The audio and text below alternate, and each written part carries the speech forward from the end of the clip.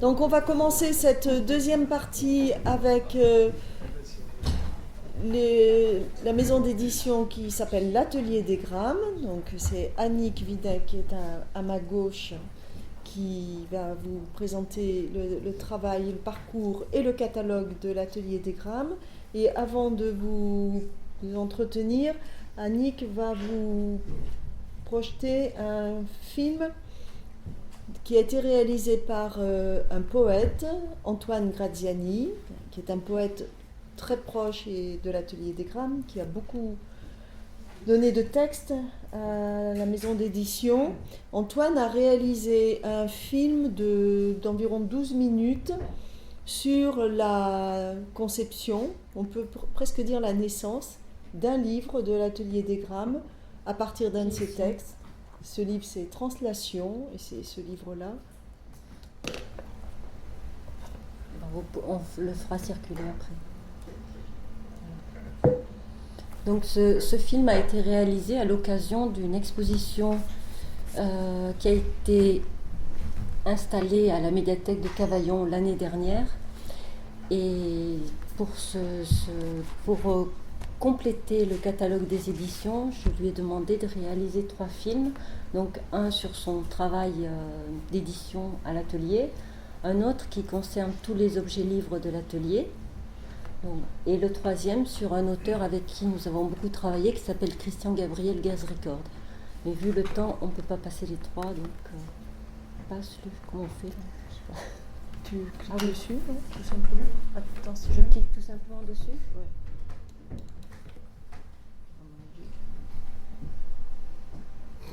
Qu'est-ce qu'il nous dit? Ok.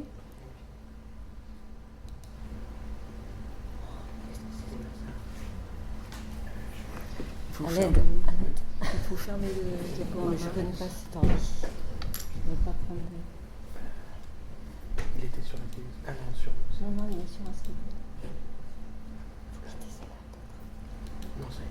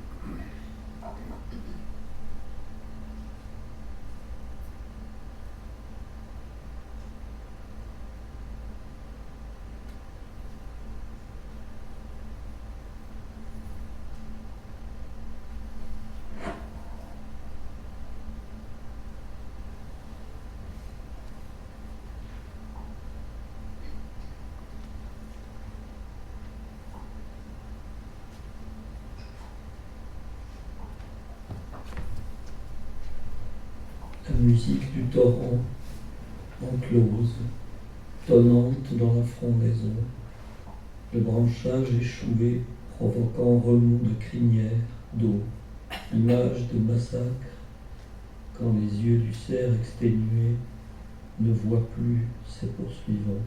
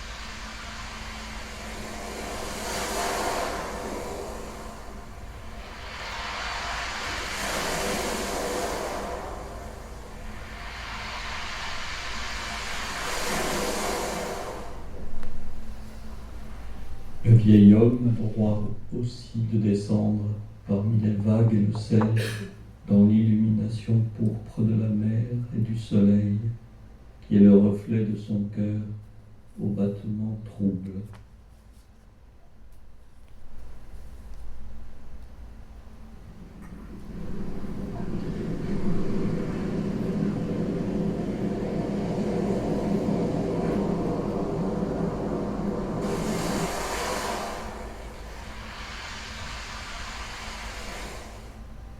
Été, l'illumination.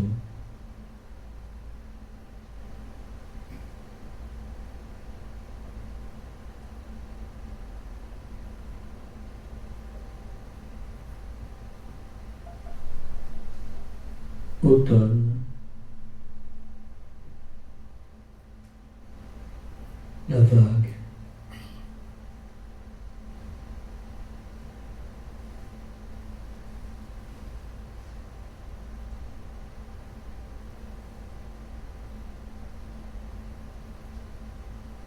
Hiver,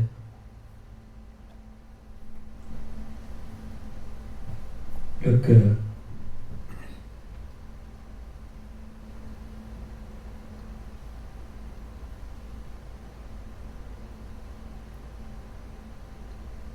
Printemps,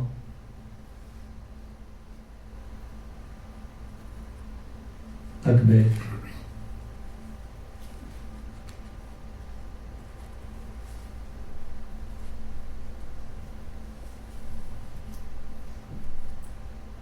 Le gouffre. Translation.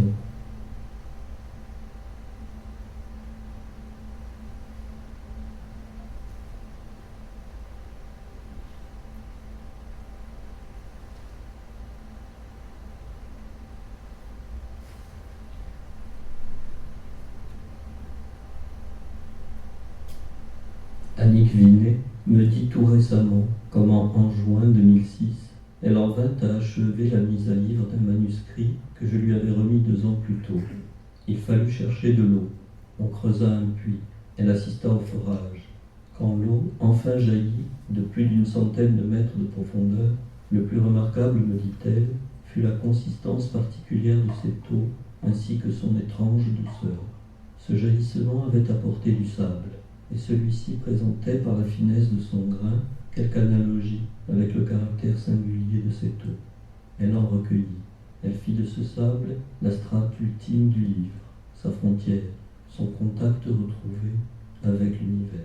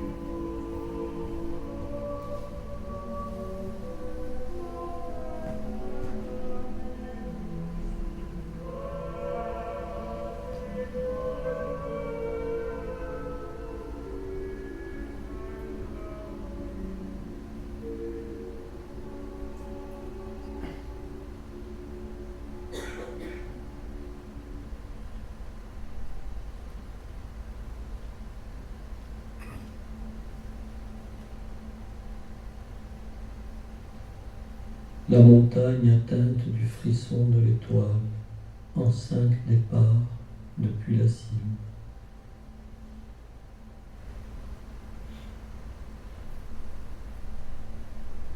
L'univers est composé, comme les brillances qui font sur la croupe et le ventre des juments, l'esquisse frémissante d'une treille, l'esquisse sauvage.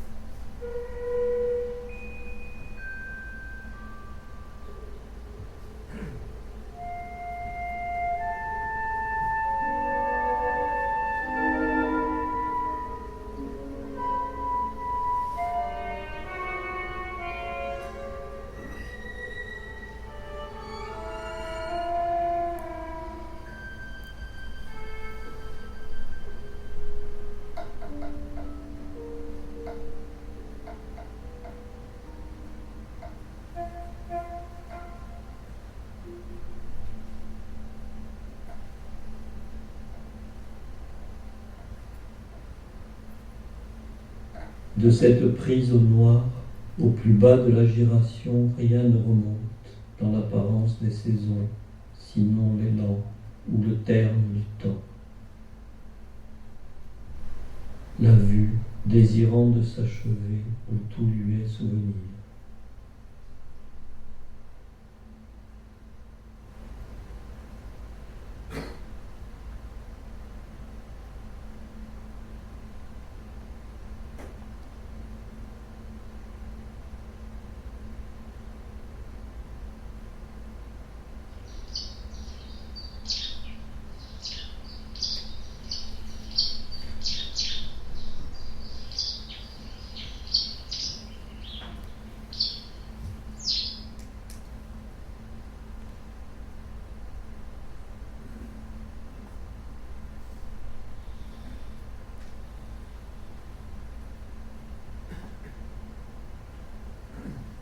En attente, la nuit impatiente qui ne laissera plus d'éveil qu'une seule fois à l'aube pour embarquer ce peu de lumière horizontale.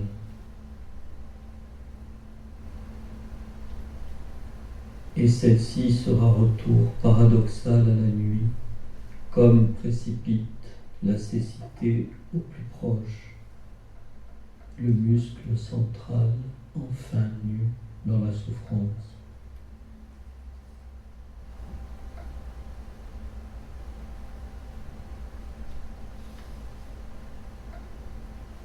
Les saisons résultent de l'inclinaison de l'axe de la Terre par rapport à son plan orbital. Il y a dans le corps une semblable inclinaison du cœur. L'inclinaison de l'axe de la Terre est d'environ 20 degrés. L'inclinaison du plan de lecture du livre qu'Annick Vinet a imaginé, conçu et réalisé est d'environ 20 degrés par rapport au plan de la table sur lequel il repose.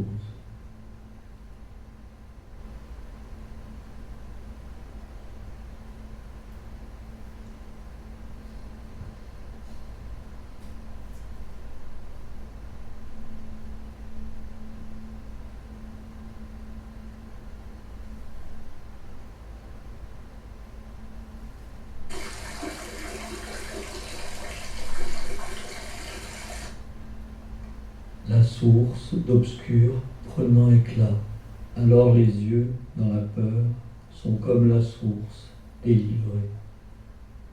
L'esprit, par réverbération hirsute, silencieuse, ombre de la voix, la forêt avance, Macbeth.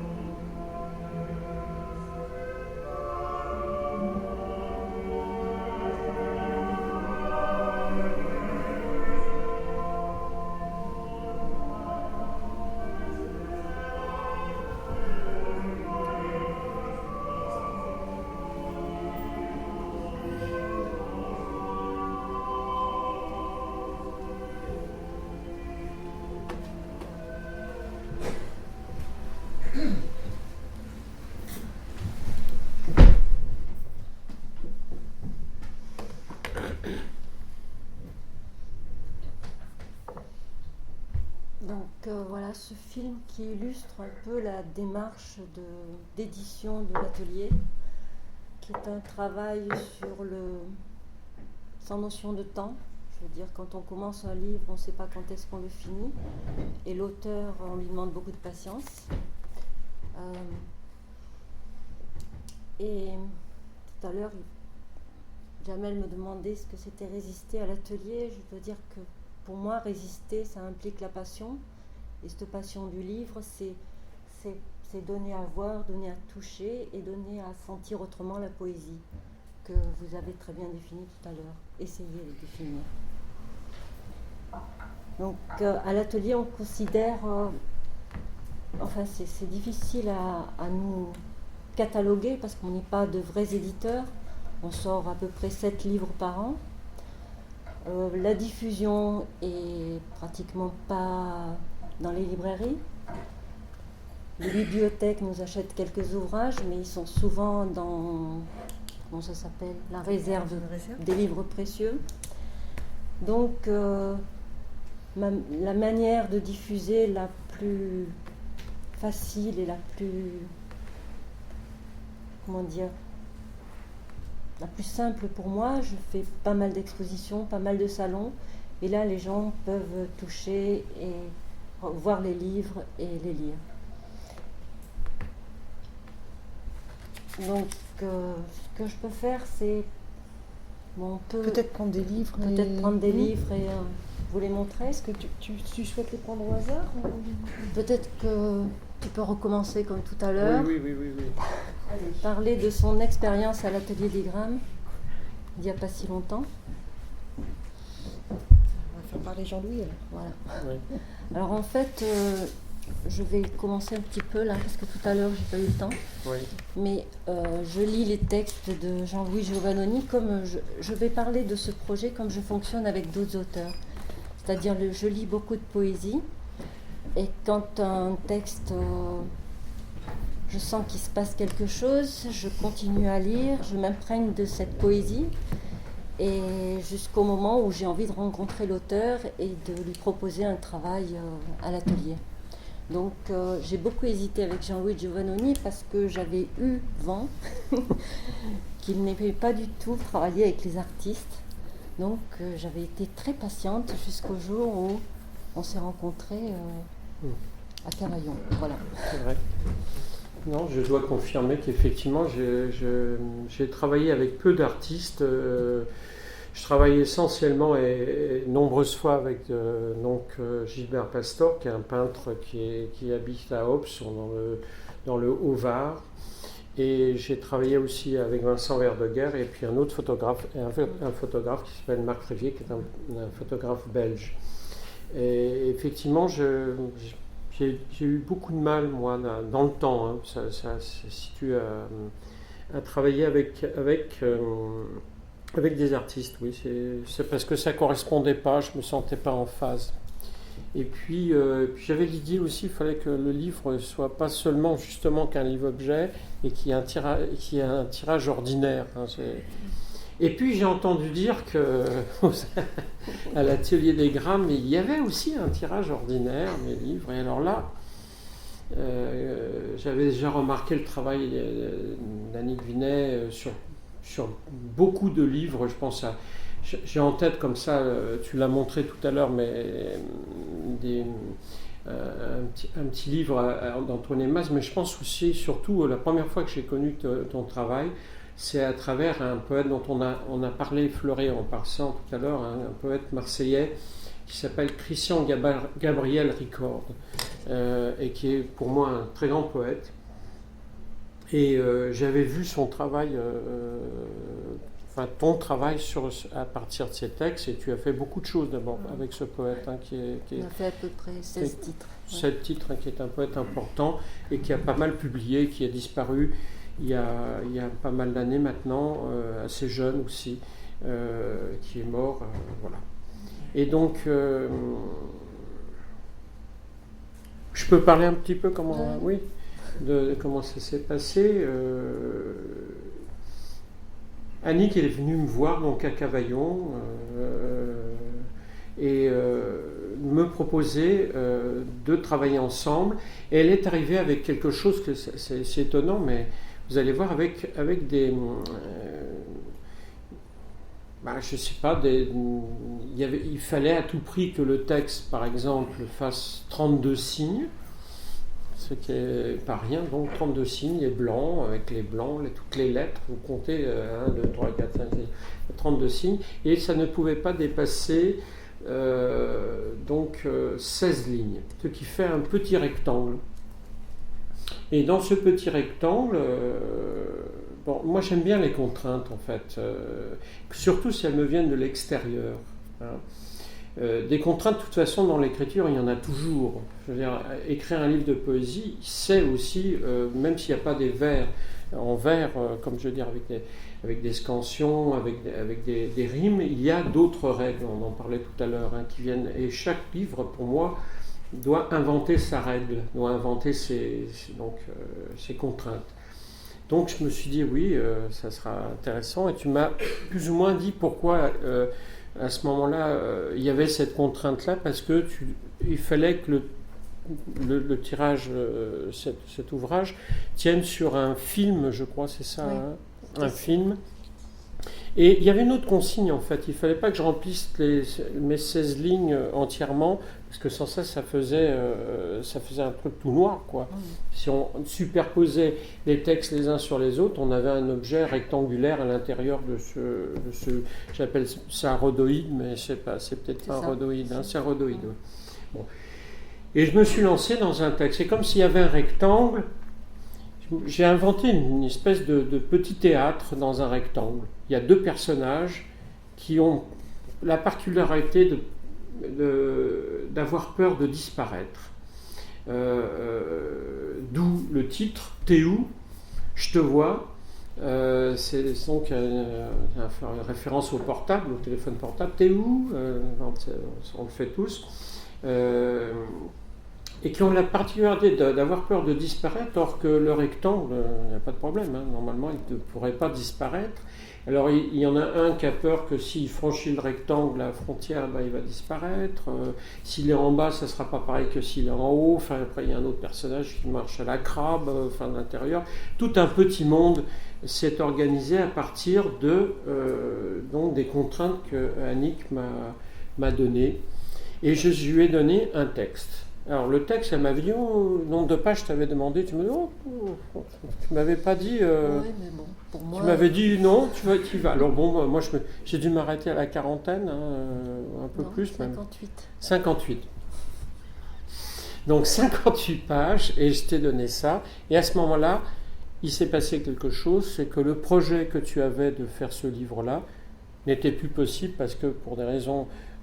tu t'en parlais tout à l'heure, si on superposait tout ça, ces petits rhodoïdes, 58, ça faisait une masse inintéressante. Ça fait une masse avec des reflets métalliques et ça n'avait aucun intérêt. Ça n'avait aucun intérêt. Donc, tu m'as dit, je vais repartir dans une autre idée et on pourra peut-être même le faire voir parce que... je n'ose pas. Et en fait, il est... Donc, je suis partie sur un livre qui est mobile, instable. Ça me plaît bien, moi. Non, mais c'est ça qui me plaît bien. On peut faire ça. Bon. En fait, les textes sont, on pourrait dire, ils sont gainés dans du papier.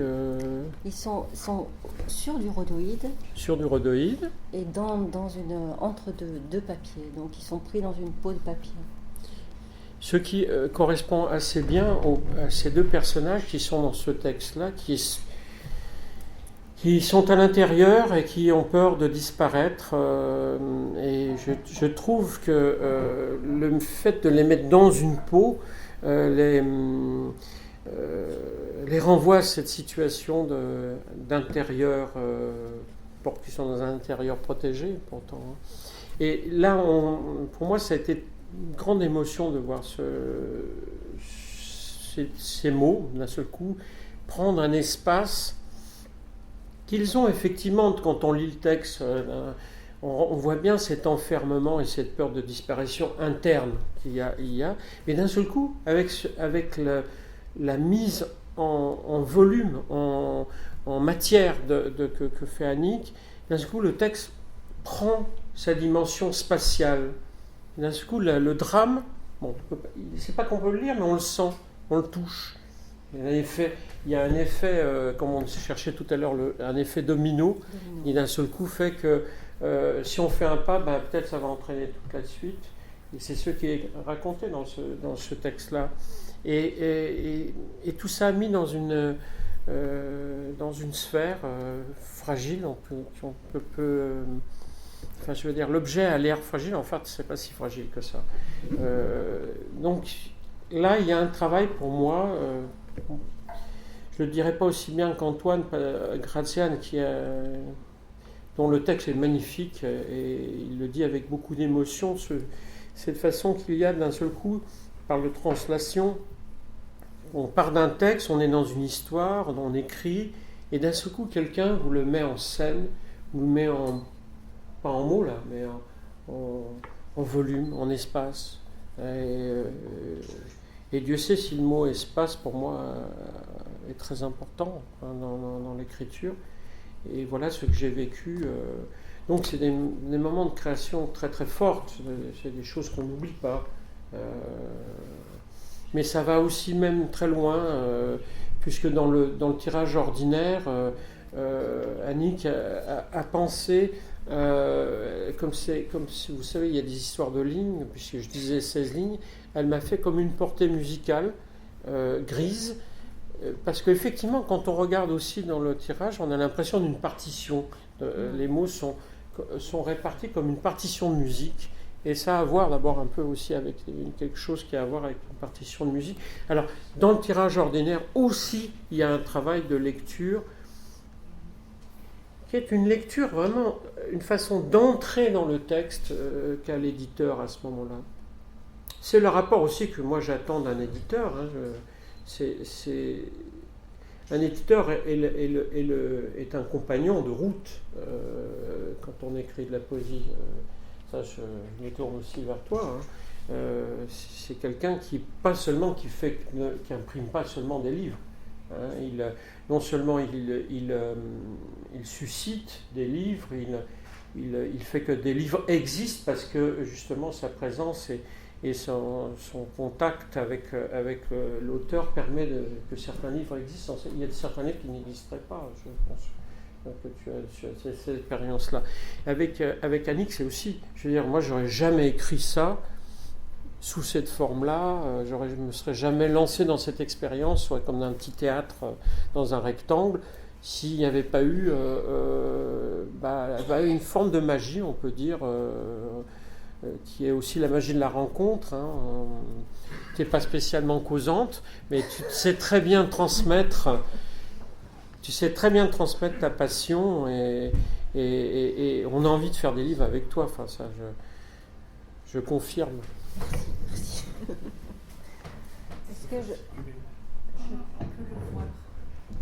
Ce que je voudrais, je vais vous montrer le dernier livre que je viens de faire avec Ludovic de Groot.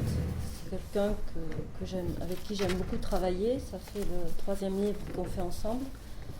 Et c'est ce qu'il y a aussi à l'atelier, il y a une espèce de fidélité avec les auteurs. Je veux dire, on continue, on ne fait pas qu'un seul projet, on peut avoir envie d'en faire plusieurs. Et pour ce projet-là, je lui ai pas donné de contraintes vraiment, je lui ai simplement dit que ce projet, je voulais qu'il soit question de temps, TEMPS, et que je comptais faire quelque chose qui s'emboîte, les textes s'emboîtent les uns dans les autres, négatifs et positifs. Donc c'est tout ce que je lui ai donné comme contrainte. Et à partir de là, il m'a envoyé son texte et j'ai commencé à travailler, on a échangé, je lui ai envoyé des maquettes, savoir comment il réagissait, jusqu'à ce que j'aboutisse à cet objet-là. Donc c'est quelque chose qui se lit... qui est complètement en relief, en plomb. Si vous voulez faire passer une page, peut-être une, ça suffit. Donc tous ces livres-là sont des multiples, en général des petits tirages, entre 20 et 30 exemplaires, et toujours associés à une édition papier beaucoup plus simple. Par exemple, celui-là. Ça, pour celui-ci, ce sera ce petit ouvrage. Oui. Alors, si vous avez des questions, tu voulais lire un texte? Oui, je voulais lire un texte de lui, justement. Alors, attends, je vais parler. Cet ouvrage-là, qui s'appelle Apport de temps, il est très lourd, il est en marbre, hein, l'exemplaire de tête, donc je ne l'ai pas. Et la contrainte était que dans ma tête, j'avais choisi 12 écrivains, et je leur demandais sur un an d'écrire, je leur ai demandé sur un an d'écrire à chacun un texte dans un mois. C'est-à-dire que par exemple, le premier auteur, c'est Antoine Aymaz. Le 1er janvier, je lui ai dit, voilà, le 30 janvier, tu peux me donner un texte sur le mois qui contiendra tant de signes, à peu près. Hein. Et il faut que tu me rendes le manuscrit le 30 janvier. Le 1er février, je prenais un autre auteur et je lui demandais la même chose jusqu'à 31 décembre. Donc tous ces auteurs, ces 12 auteurs ont tout à fait fonctionné et j'en ai fait un ouvrage qui est un peu comme un éphéméride sur une année. Donc le texte de novembre est de Ludovic de Groot.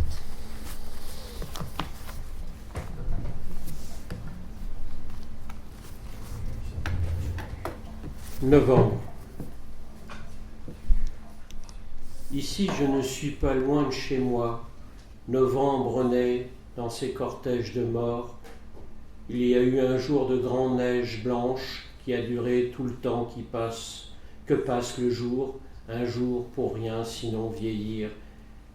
Chaque année c'est pareil, en novembre c'est un mois qui mord l'enfance et vous ramène à la maison tout près de vos peurs, un jour pour vieillir avant la nuit.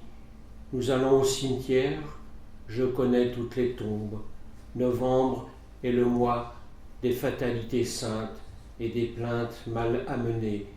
J'arpente les allées qui délivrent des intérieurs, chacun s'est tu en même temps que moi. Nous peuplons ce que nous pouvons en poussant nos restes au bout de nos assiettes. À Hasbrook, tout est devenu mort, sauf le cimetière qui me reconnaît. Bonjour à vous, gai tombes fleuries.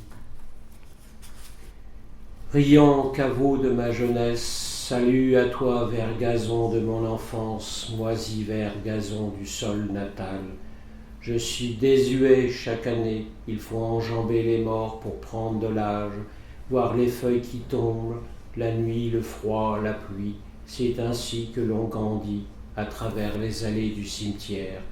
Novembre est en route dans le désert vague de ma mélancolie. Je pense aux bières vides, aux jukebox, aux frites du porc qui luisaient la nuit dans nos yeux. Je pense à la Martine, à je ne sais quoi qu'on avait enterré dedans. Je me souviens de tout, des morts depuis 300 ans, de ceux qui pleurent d'être oubliés, de ceux qui tournaient autour des tables de bridge, et des morts qui mourront demain. Je me souviens de mes peurs, de la dilatation du vide, tout au long de cette nuit de novembre. Aucun visage ne s'efface, et je dure comme si je n'étais pas seul. Le monde ne peut se défaire de ce qu'il est, comme de ce temps qui s'abat sale, temps sale, mais qui devrait suffire. Certains soirs je plie des feuilles, et puis je les déchire. Je n'attends rien de ce qui les prive. J'ai souvent marché sur des digues sans être au bord du monde. La simple peur du vertige suffit en fermant les yeux. Je ne sais plus où regarder. Ça ne change rien, je l'ai dit, je me noie, je me trouve mal. Avant, on avalait toutes les nuits, on vidait le temps dans les bières. Or, c'est comme si j'avais le monde à côté de moi.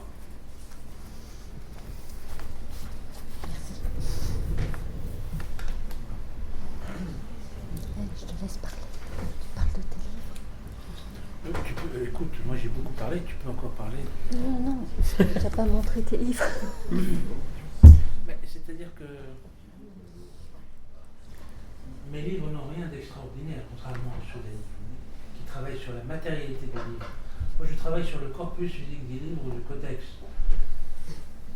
Le livre, même quand ils sont l'artiste, ne sont que des livres que l'on feuillette de gauche à droite, s'il en est latin et de droite à gauche quand ils sont écrits en arabe ou en hébreu. Ce sont des feuilles qu'on tourne. Et donc tout le sens pour nous est à l'intérieur. Je veux dire, on ne travaille pas forcément sur leur matérialité. Tandis que Annie, qui est une grande artiste, accorde beaucoup d'importance à ce flux nécessaire pour elle, qui doit passer dans le corps du livre, dans son corpus physique. C'est quelque chose qui se soupèse. En ce sens, ça serait plus proche du maçon que moi. Vous voyez, un peu comme un maçon, quand il prend le parpaing et qu'il le porte, il sait ce que ça pèse, il sait qu'il a 4 côtés, 2, 6, si c'est un cube. Il sait qu'il doit intervenir d'une certaine façon dans sa construction. Moi, je ne sais pas. Moi, ce que je sais, c'est le texte que j'ai reçu. Voilà. Donc, pour échapper à toute... Tout à l'heure, on parlait de translation. Vous savez, la translation, c'est un peu, des fois, très difficile. Les crabes aussi font de la translation. Pour échapper à toutes ces choses, je me suis dit, je vais apprendre un métier manuel. C'était le grand orgueil de mon père, ça. Avoir un métier manuel. Et donc j'ai appris à faire de l'imprimerie et je suis devenu imprimeur. Je suis très fier d'être un imprimeur. Et je fais de l'imprimerie en faisant des livres tout à fait normaux, mais avec passion. Voilà. Alors qu'est-ce que je peux vous dire d'autre de mes livres? Moi j'accorde beaucoup plus de temps aux textes qui m'arrivent, à leur choix, à leur lecture. Je mets un point d'honneur à répondre à tous les manuscrits. Ça me prend beaucoup de temps. Je les garde dimanche. Mais je réponds à tous les manuscrits. Ah, c'est ça que tu n'as pas entendu. Les manuscrits, tout seul, même les tiens, je réponds. Il n'y a pas d'auteur en France, sur les 750 annuels que je reçois, qui puisse se targuer un jour de ne pas avoir reçu de réponse de ma part. Voilà. Le jour où vous en entendrez un, ne le croyez pas parce qu'il serait vraiment le seul. Ou alors il m'a fait quelque chose de grave. Voilà. Qu'est-ce que je peux vous dire de mes livres? La revue est un livre pour moi. Alors la revue Triage, voilà. Donc la revue Triage est une revue laboratoire. C'est-à-dire que beaucoup d'auteurs que l'on reçoit sont souvent des auteurs débutants. Et il se trouve que même s'ils arrivent par la poste, quelquefois, ils sont intéressants. Or, ce qu'ils envoient n'est pas, comment dire, suffisant ni en quantité ni en qualité pour justifier l'édition, voire la publication d'un livre. Cependant, on leur accorde suffisamment d'importance pour les faire, comment dire, grandir un peu, leur mettre le pied à l'étrier. Voilà. C'est un peu ça. Donc on les publie dans la revue Triage. La revue Triage paraît 3 fois par an.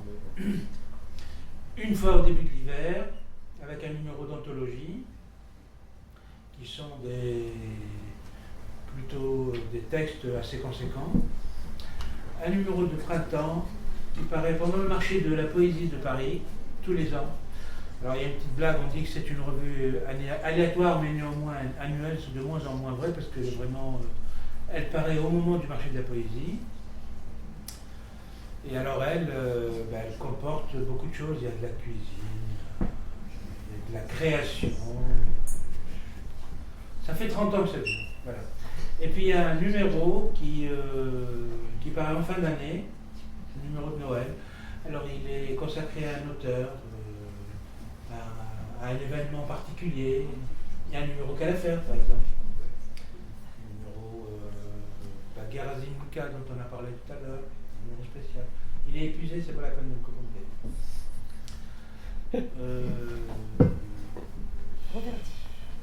Reverdy, Antoine Antoine Aimaz, la poésie, le tango argentin, la poésie occitane, la poésie arabe, c'est des livres spéciaux.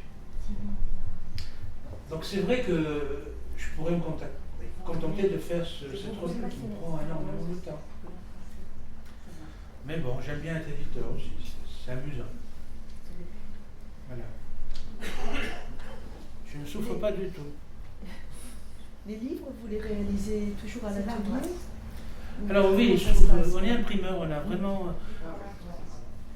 on a calculé qu'il valait mieux investir dans du matériel et faire travailler des gens autour de soi, de manière à être en prise directe sur la création du livre. Vous savez, c'est très compliqué quand on est à la campagne, parce que nous on est vraiment à la campagne. C'est très compliqué d'attendre que l'imprimeur vous dise alors votre livre sera imprimé semaine 42. Et puis il vous sera livré semaine 44, et puis après, c'est très compliqué. Donc moi je préfère me lever la nuit quand j'ai une insomnie et puis faire tourner ma machine, faire mon livre. C'est comme ça, je court-circuite, puis ça fait un peu partie de l'axe de résistance. C'est-à-dire que je squeeze un peu tout ce qui est... ce qui tue les éditeurs, c'est les intermédiaires. C'est comme l'agriculture, vous savez. Voilà, la grande distribution, les éditeurs, c'est la mort. Parce que vous faites un livre, sur 100 francs, il vous revient, je parle en francs anciens parce que c'est plus, sur 15,24 €, il vous revient 1,07 €. Voilà, quand vous avez payé le papier, l'imprimeur, le façonnier, le distributeur, le diffuseur, il vous reste 40% et il faut donner sur les 40% plus ou moins 30% au libraire. Vous savez, là vous allez l'acheter. Donc voilà. Donc, on a trouvé que c'était bien de pouvoir, c'est agréable d'imprimer. Donc ça sent l'encre dans l'atelier, ça c'est bien. Puis voilà, nous on n'a pas d'insomnie. Quand on a une insomnie, on fait des livres. On ne donne pas d'argent pour acheter des livres. C'est votre diffusion? Et bien on a des valises. Longtemps on nous a appelés les porteurs de valises. Je ne sais pas pourquoi. Et donc on a porté des valises dans lesquelles il y avait des livres et on allait voir des gens comme notre ami. C'est pour ça qu'elle nous connaît tous. Et ben, on arrivait et puis on disait est-ce que vous voulez bien nous recevoir? On fait des trucs, on fait des livres, quoi. Évidemment, au début, vous avez un peu honte parce que c'est pas des livres vraiment connus. Donc vous mettez tout ça sur la table et vous commencez à sortir Michel Métaille qui parle des oies sauvages, le poème retourné en Chine, les grands, Calafert, c'est des gens un peu particuliers. Et puis vous avez des gens qui vous écoutent, qui vous croient, qui vous font confiance, qui vous achètent des livres. Quand au début vous avez vendu un ou deux livres, c'est extraordinaire. Vous avez fait un objet, personne ne vous a jamais rien demandé. Vous avez amené sur le marché quelque chose qui n'existait pas avant vous, puis tout d'un coup qui existe et qui va se retrouver dans des librairies, dans des bibliothèques, et j'ose l'espérer, sur des rayons chez les particuliers. Ça c'est une grande victoire, enfin, c'est extraordinaire, et ça fait 30 ans que ça dure, donc c'est parfait. Surtout arrêtez pas de nous acheter. Et nous on continue. Voilà. Donc on fait vraiment tout, hein. Tout.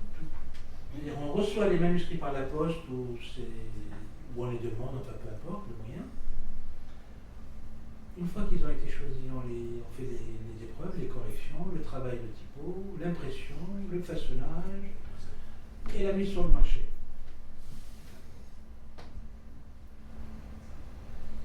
Évidemment, ça prend beaucoup de temps. On ne fait rien d'autre. Et puis on ne sait rien faire d'autre.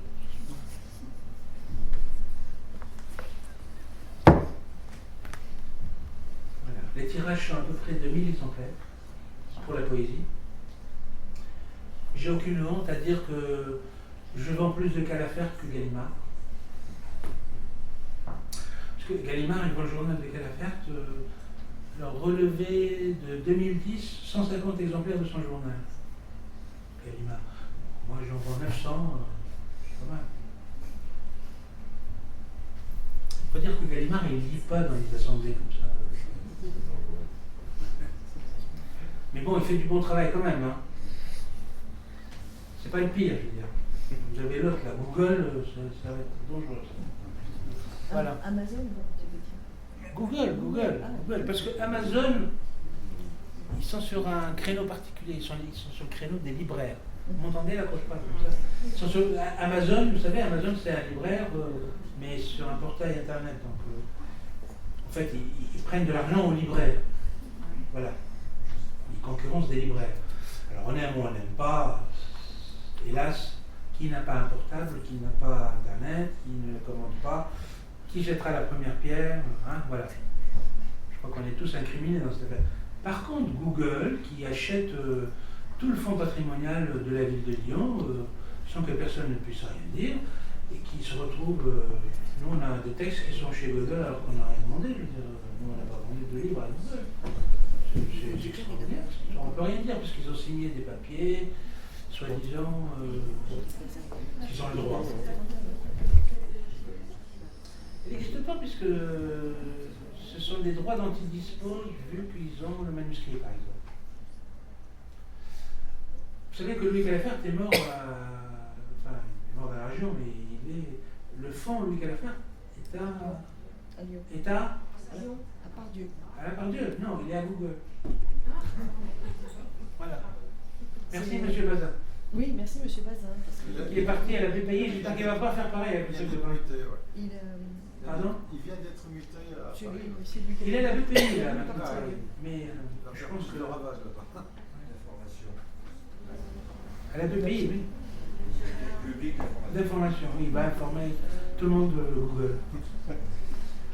Comme si à Lyon, on ne savait pas numériser. Il n'y a pas de scanner à Lyon, il y en a aussi. Hein. Bon, je ne me mêle pas de vos affaires. Débrouillez-vous avec la partie. Non, c'est grave.